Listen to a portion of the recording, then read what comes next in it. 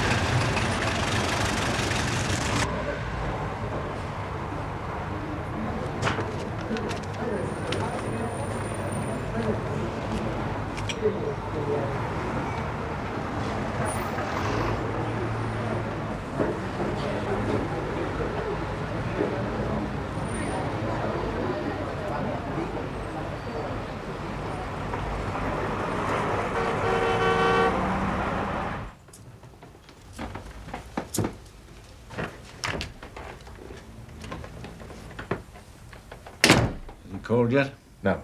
6 minutes to go yet, Control. Will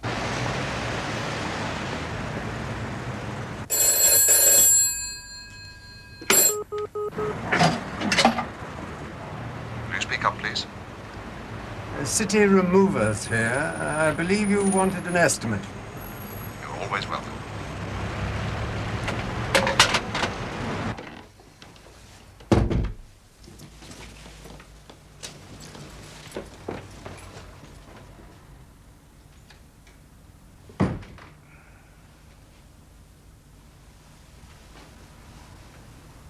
You did exactly what I told you. Talk to nobody.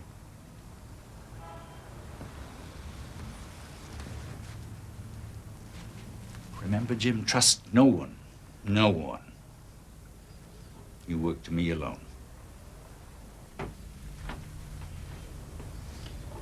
I'm sorry, there's no vodka. I didn't expect any. I've got a job for you. Familiar territory, Czechoslovakia. Perhaps a bit too familiar. Which identity do you want to use? I'd suggest Vladimir Hayek. Still a Czech journalist? Yes, Still based in Paris? yes. Has anyone else used him? No. You agree? I think it's yes.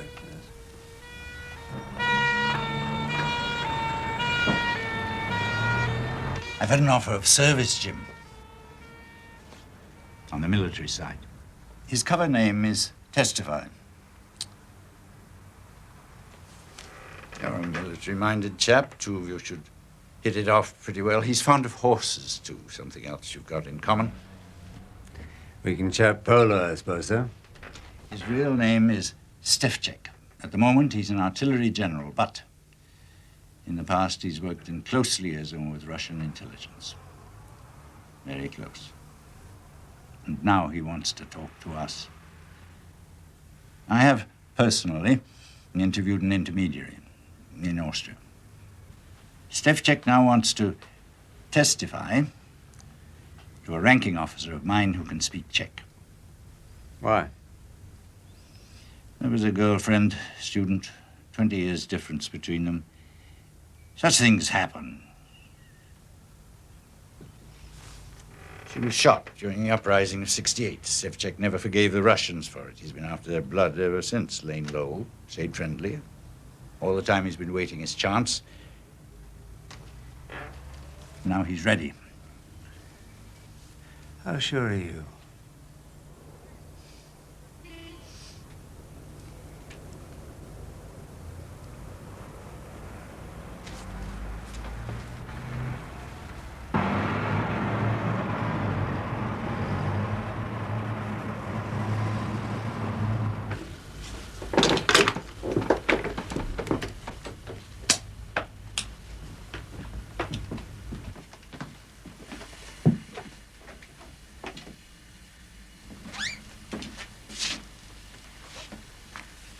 Stevchik. Rocketry. Ballistics. Fourth man in Czech Army intelligence. Secretary of the National Internal Security Committee. Anglo-American desk in Prague. He's big, Jim. And he's got treasure for us. He's worked for Moscow Center's England section, and he's going to give us the name of the agent Moscow planted inside our setup. We have a mole, Jim. London? Very near the top. In the circus? One of the top 5. Their code name for him is Gerald. We've a rotten apple, Jim. And the maggots are eating up the circus. These people, one of these? Why not? Are the British incapable of deception? We've turned enough members of other outfits, Russians, Poles, Czechs, even the odd American. Why shouldn't there be a mole in the circus? Now, look at them. No control, I know who they are. Listen, Jim, we've got to have code names for them. Do you remember the nursery rhyme, Tinker, Tailor, Soldier, Sailor? Finish it. Rich man, poor man, beggar man, thief. Percy Allenine, Director of Operations, Tinker. Tinker. Bill Hayden, Head of Personnel, Tailor. Roy Bland, Head of Iron Curtain Networks, Soldier. We leave out Sailor, too much like Tailor, could be misheard. Rich man? Don't like it. Sounds like police work, fraud, Swiss bank stuff. Toby Esterhazy, top lamplighter, our exquisite head sleuth. Poor man? Yes. Poor man. And George Smiley, my devoted deputy, beggar man. Have you got it? I'll remember. All I want from you, Jim, is one word. Just the one code name. If you have to scrawl it on the front door of the embassy in Prague, or Phone our resident Hood and shout it in his ear before you go underground. If there's some kind of a fumble, and that should be necessary, just give me that one word. But remember, Jim, if you're caught, deny me. I don't know you're there. Where do I meet Stefchek? How? When? On Friday, March 20th, Stefchek will be inspecting the weapon research station at Tishnov, near Brno, about 100 miles north of the Austrian border. From there, he'll be visiting a hunting lodge for the weekend alone. It's a place high up in the forest, not far from Rachitse. He'll provide you with an escort from Brno, and he expects you on the evening of Saturday, March 21st. What does he get from us? Usual assurances, if and when he wants to come, we'll look after him. One word will do it, Jim. I'm almost there.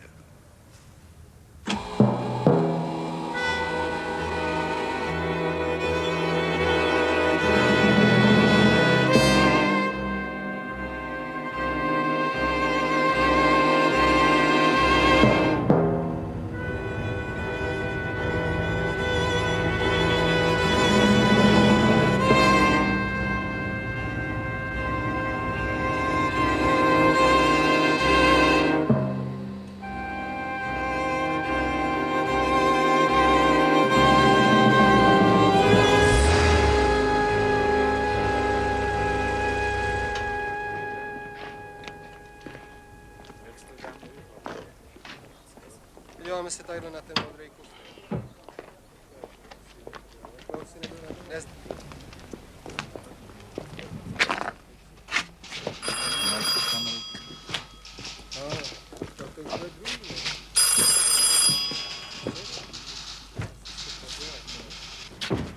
To bude všechno živit.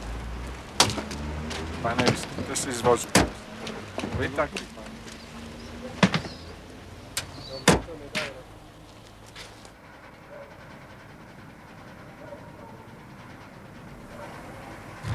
Pane, jste si z vozu. Vy taky. Dejte nám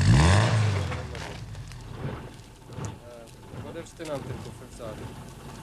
Odkud jedete?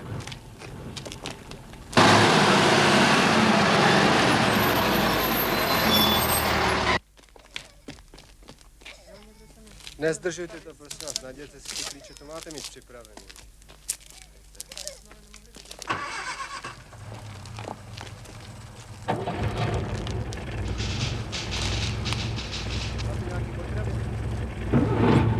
Tady západem, pane Heku. Nedoufám, že taky za zábavou. Ve Francii nevaří dobré pivo.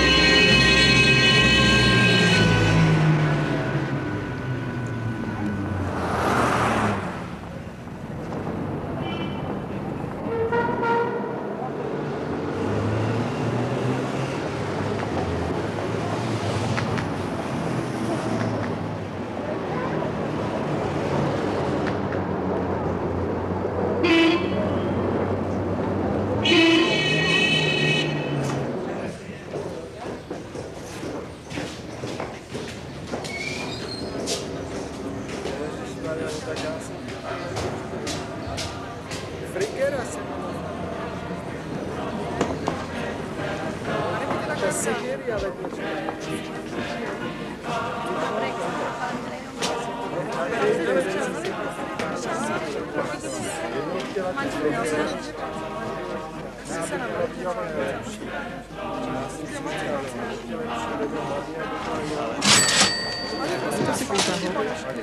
to druhé patro, třetí dveře.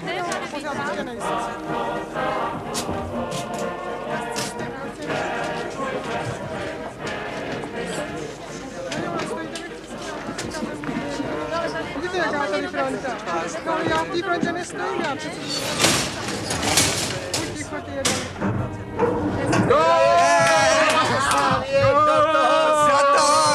Pánové, tohle je obchodní dům a žádný fotbalový fanoušky. Seberte si a jděte pryč. Vy tady nic takového nepotřebujeme. Nechtějte, abych zavolal policii. Nechtějte, abych zavolal policii. Seberte se a jděte pryč. Vypadněte, vykličte tu místnost. Jak tady máme fotbalovat? Seberte se nebo zavolal policii.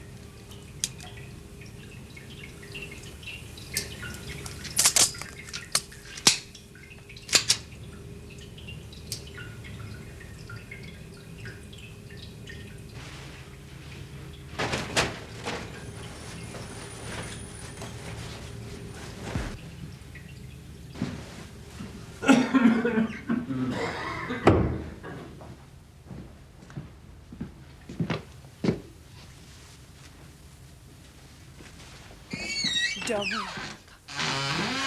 Já štěstí nežil s rodiči.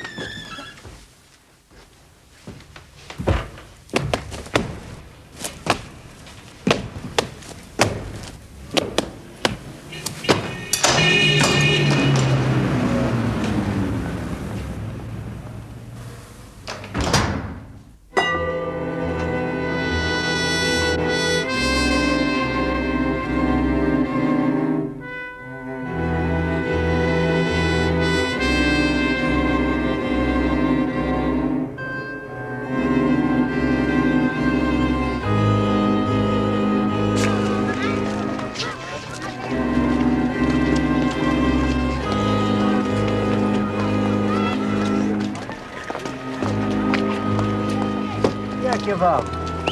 No jde to, ale doktor mi řekl, že nesmím řídit díl než 3 hodiny. Otevřete. Ne, máte sedět se mnou vepředu, je to bezpečnější. Co ty dají, jo? A taky demokratičnější. Otevřete. Máte pistoli? Otevřete.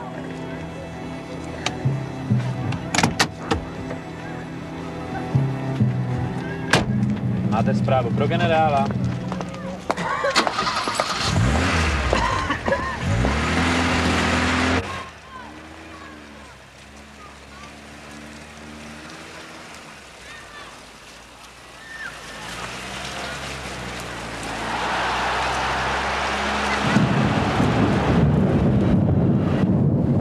Povím vám anekdotu.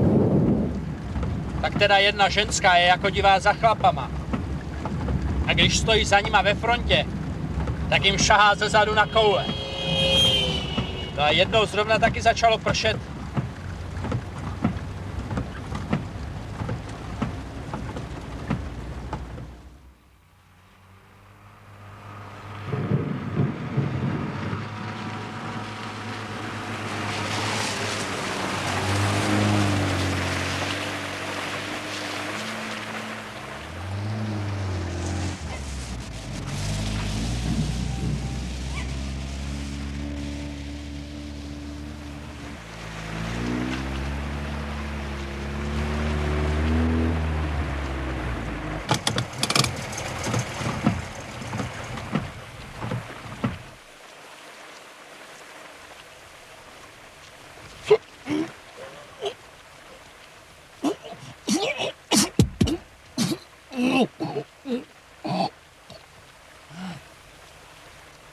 Nehybete se a nemluvte.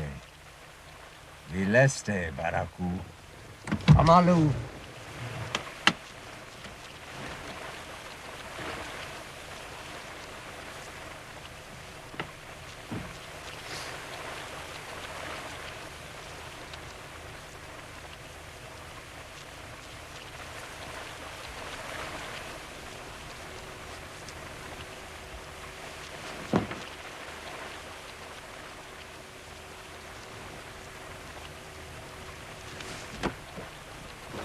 Dej to na sebe. Ty, Katě, budu za generálem a se vrátíš, až tu budu bezpečné. Proč já vím, že to je bezpečné? Ti, kdybych rozvítil, mohl by tě snadno dostat. Ale ti. Sтой, где стоишь? Если попытаешься бежать.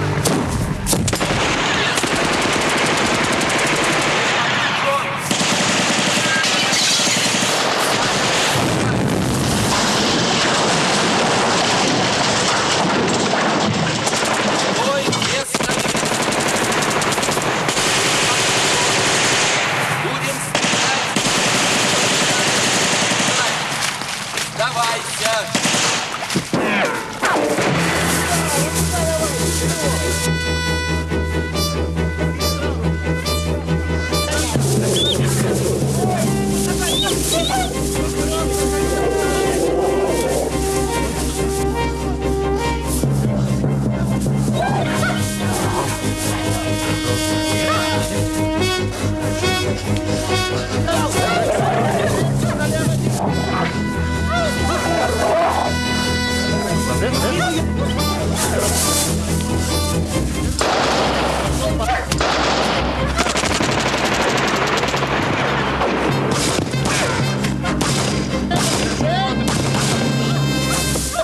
Я не видно них! Темно здесь! Ишь какой. Ну-ка, Денис, переверни-ка его на спину. Да чего переворачивать? Холодно он уже. Ну, значит, под собой ничего.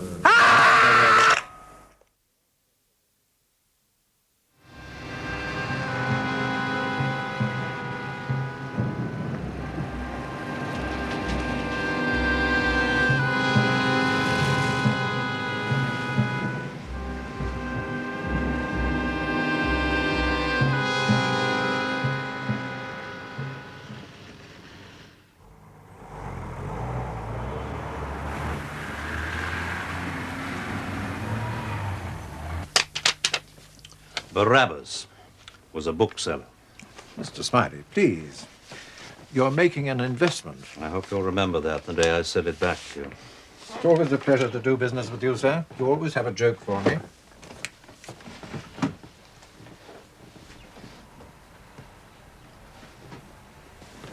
I think, after all, we could trust this to the post office. Yes, I'll send it on, Mr. Smiley. I'll slip out that way, if you don't mind. Not at all, sir.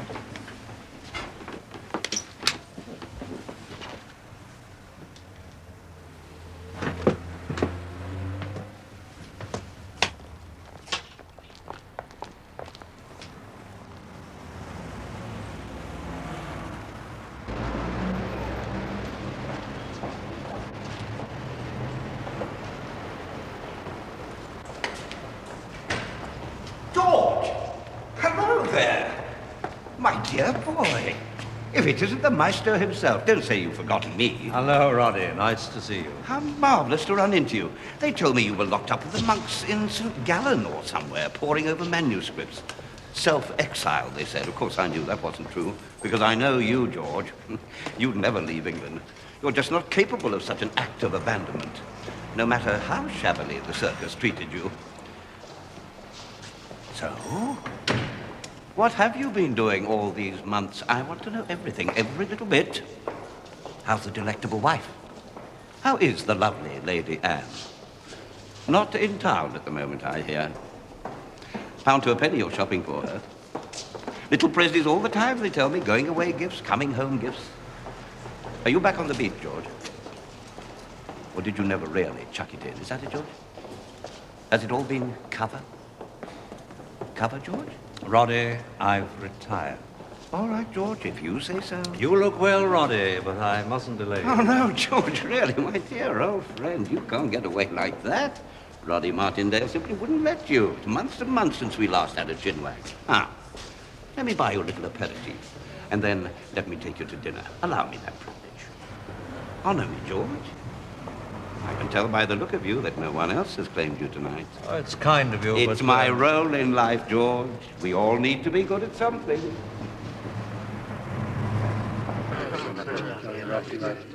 We mustn't forget Jebediah.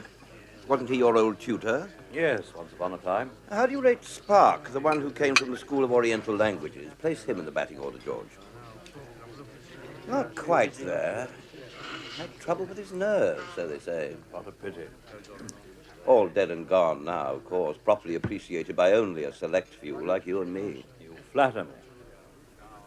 Now, George, let's talk about your old boss, Control. The only head of the circus who ever kept his name a secret. Shall we talk about Control? If you insist. Of course, it wasn't a secret to you, was it, George? She never had any secrets from you, his tried and trusted right hand, did he? I don't know. That's the point about secrets. Close as thieves, Control and Smiley were, right to the end, so they say. They are very complimentary. Now, don't flirt, George. I'm an old trooper. You and Control were just like that. That's why you were thrown out. It's why Bill Hayden's got your job. It's why Percy Allaline got into Control's chair when it ought to be you. Why Bill Hayden's his cupbearer and you're out altogether. If you say so, Roddy. I do. I say more than that. Far more. I say this. Control never died at all. He's been seen. In South Africa. Now, we can't blame a man for wanting a bit of peace in the evening of his life.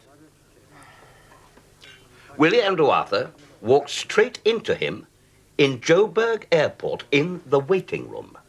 Not a ghost. Flesh. That's the most idiotic story I've ever heard. Control died of a heart attack after a long illness, through most of which he continued to work. Besides, he hated South Africa. He hated everywhere except Surrey, the circus, and Lord's cricket ground. Yes, of course. Willie Andrew Arthur was always the most god-awful liar. I said the same myself. Willie, you should be ashamed of yourself. I suppose what put the last nail into Control's coffin was the Checo scandal. The poor devil that got shot in the back. The one who was so thick with Bill Hayden, with his picture in the newspapers under some fictitious name. But we know his real name, don't we? Jim Prideaux.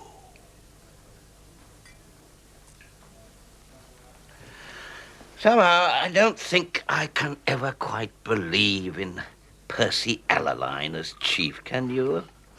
Might be just my natural cynicism. But power sits poorly on those we've grown up with, doesn't it? And there are so few who can carry it off for me nowadays. And poor Percy's such an obvious fellow, especially after Control, who's a positive serpent. How can anyone take Allaline seriously? Oh, that heavy good fellowship. One has only got to think of him in the old days, lolling in the bar of the Travellers, sucking away on that log of a pipe and buying drinks for all the moguls. Well, really, one doesn't like one's perfidy to be subtle, don't you agree? Now, what's his knack, George? Living off the wits of his subordinates, am I right? Really, Roddy, I can't help you. I never knew Percy as a force, you see, only as a... Striver? Right. With his eyes on Control's purple, day and night. Yes, well, now he's actually wearing it, and the mob loves him. So who's doing the business for him? Eh, George? Who is it? I cannot help you. Who's the clever boots? Well, not Percy, that's for sure. And don't tell me the Americans have started trusting us again, because they'd never fall for Percy. Roddy, please stop this. Wonderfully well he's doing. We hear it from all sides. Little committees popping up with funny names. Red carpet for Percy wherever he goes. Tripping the light fantastic along the Whitehall corridors. You're out of my depth, truly. So who's earning him his reputation? No, thank you. I think we've finished now. It's my party, George. I'll get the bill when I'm ready.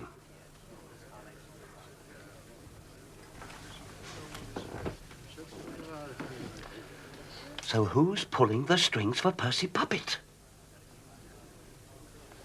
How about dashing Bill Hayden, your old rival?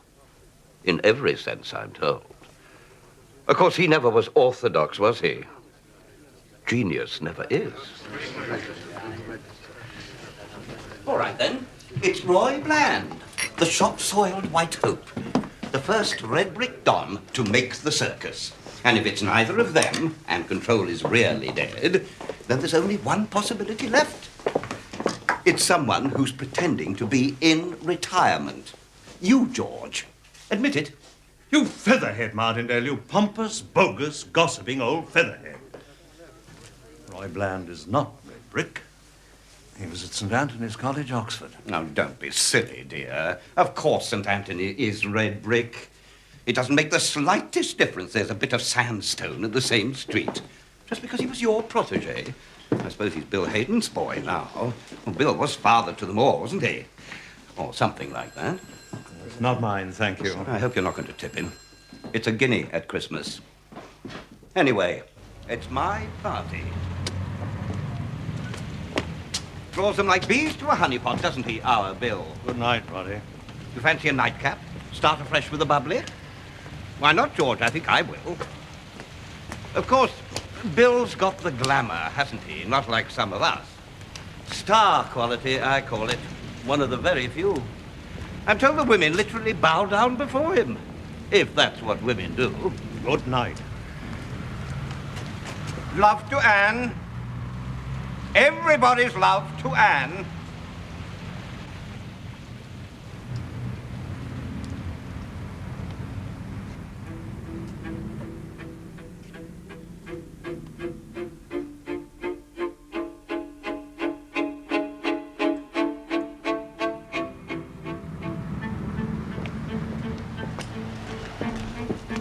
Bits of sandstone, shop soil, White Hope.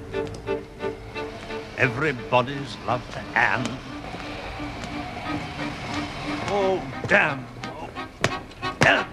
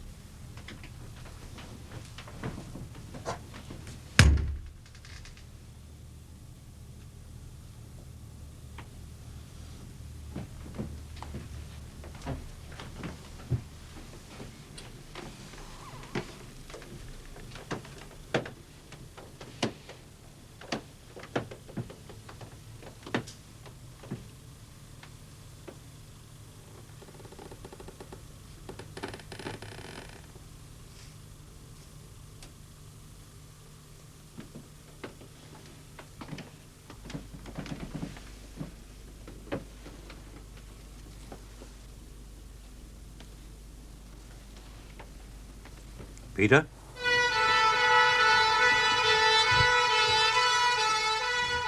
I'd leave that coat on if I were you, George. We've got a long way to go. Well, you're not me, Peter. And before I go anywhere at all, I shall change out of my sopping shoes. And also, I think, make a pot of coffee. You sound a little testy, George, old boy. Lacon is waiting for you. Me, Peter? George, I've been sent to deliver you.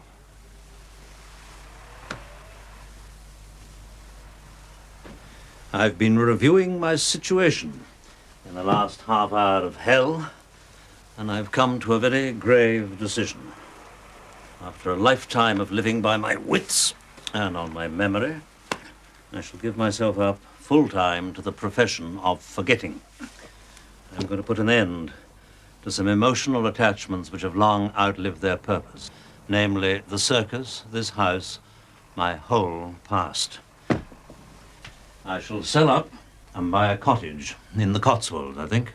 Steeple Aston sounds about right. Do I need overnight things? I'm not taking any. And there I shall establish myself as a mild eccentric. Discursive, withdrawn, but possessing one or two lovable habits, such as muttering to myself as I bumble along innocent pavements.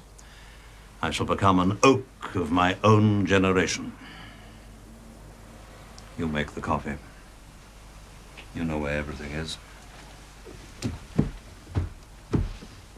You can even pick my front door locks. Clever, Peter Graham.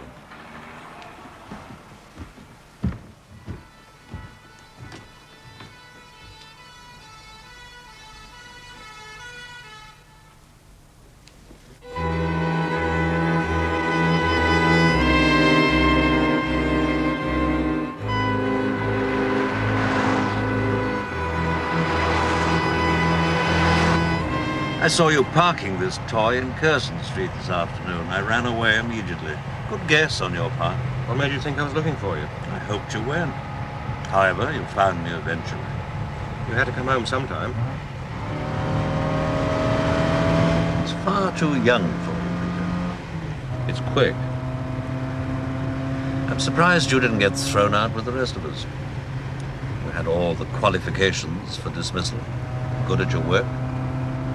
Loyal, discreet. What happened tonight, George? How's Anne? Roddy Martindale happened tonight. Why do I permit it? I tell myself it's for politeness' sake. It's not. It's weakness. And the fact that I've nothing better to do. My wife's fine, thank you.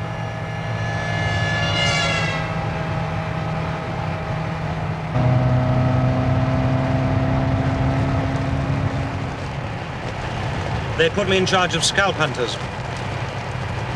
You are Jim Prideaux's successor. You, looking after the heavy mob. Why not?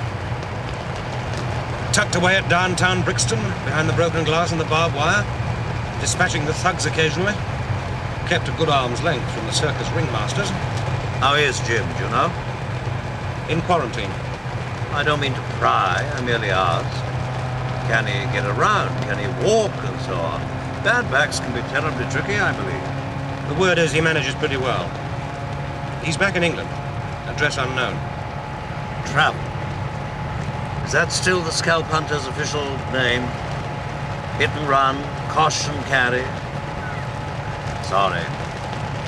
Our control always preached that good intelligence work is gradual and rests on a kind of gentleness. It's not my department.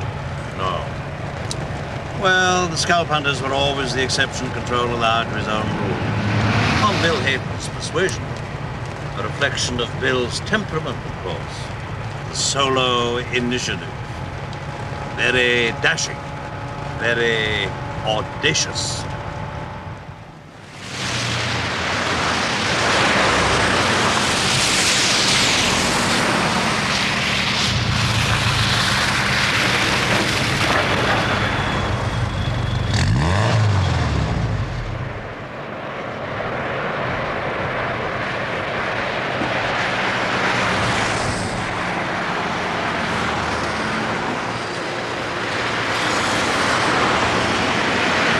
I'm sorry, Peter, what?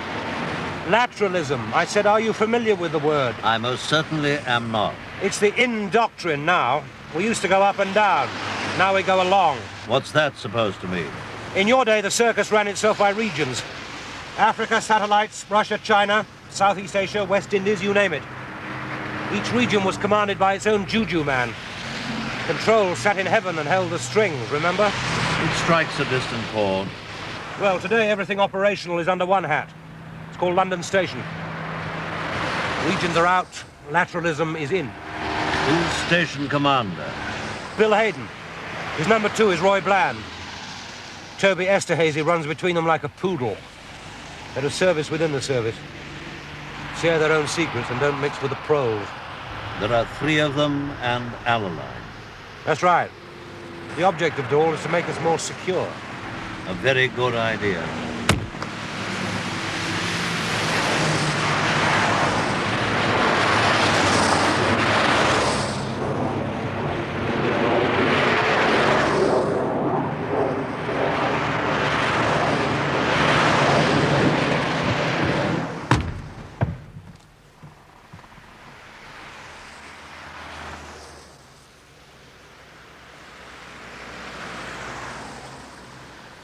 Why did Lacon send you for me, Peter? Do you mean why did he send me for you, or why did he send me for you? Quite right, Peter. I should have known better than to ask.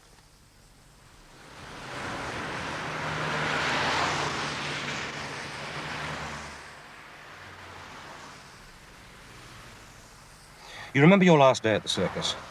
Just one day before control departed and the new regime took over. You stuck your head around my office door and said, "Peter, I've been sacked." We went straight out and you got drunk. Why pick me, George? I was pretty low grade, running some very sketchy networks of merchant seamen out of London Dockland. Whatever, Poles, Russians, Chinks I could cobble together. Why me, George? You want a reason? You fastened on the same word that night when I asked why you'd been kicked out. I'll tell you exactly what you said. I hope this isn't going to be embarrassing. You said reason as logic or reason as motive. Or reason as a way of life. You said they don't have to give me reasons. I can write my own damn reasons, and that is not the same as the half-baked tolerance that comes from no longer caring. I thought that was pretty impressive stuff from a man as drunk as you were. At least I had the good sense not to let you drive me home. Lacon sent me for you, George.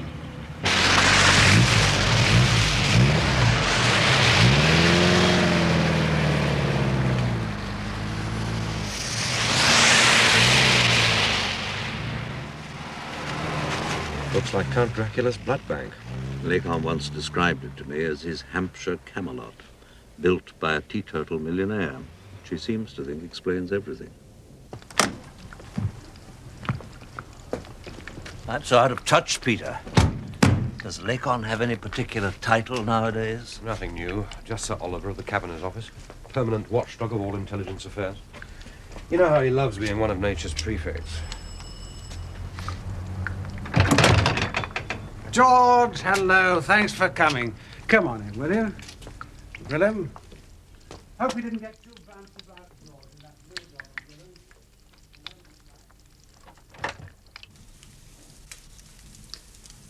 You've been enjoying retirement, George? You haven't missed the warmth of human contact. I rather would, I think. One's work, one's old buddies. Oh, I think I manage very well, thank you. Yes, I'm sure I do. And you, all goes well with you? Oh, no great changes. No, all very smooth. Charlotte got her scholarship to Rodin, which was nice. Oh, very good. Now, how about your wife? In the pink and so on? Very bonny, thank you. Ah, all spruce and shipshape again, Willem? You were grubby. He did look a ruffian, didn't he, George? Well, shall we?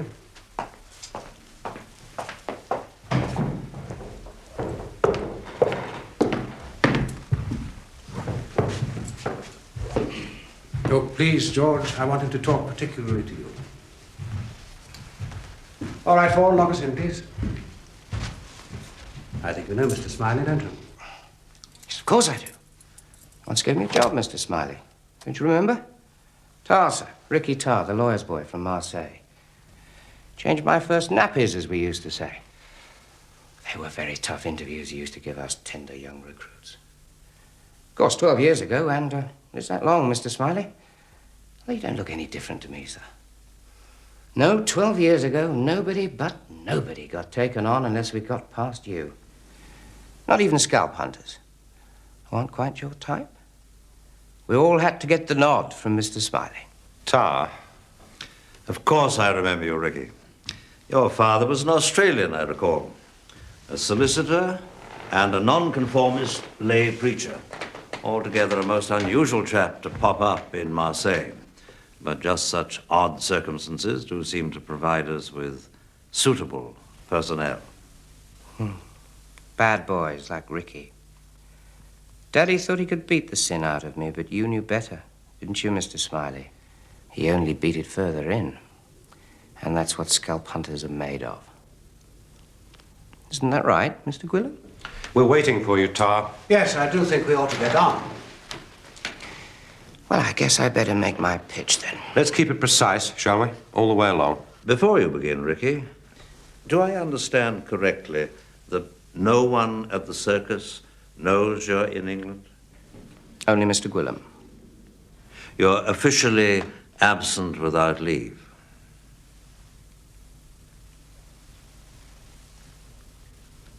On the wanted list. I think I'm safe now. I've got a story to tell you. It's all about spies.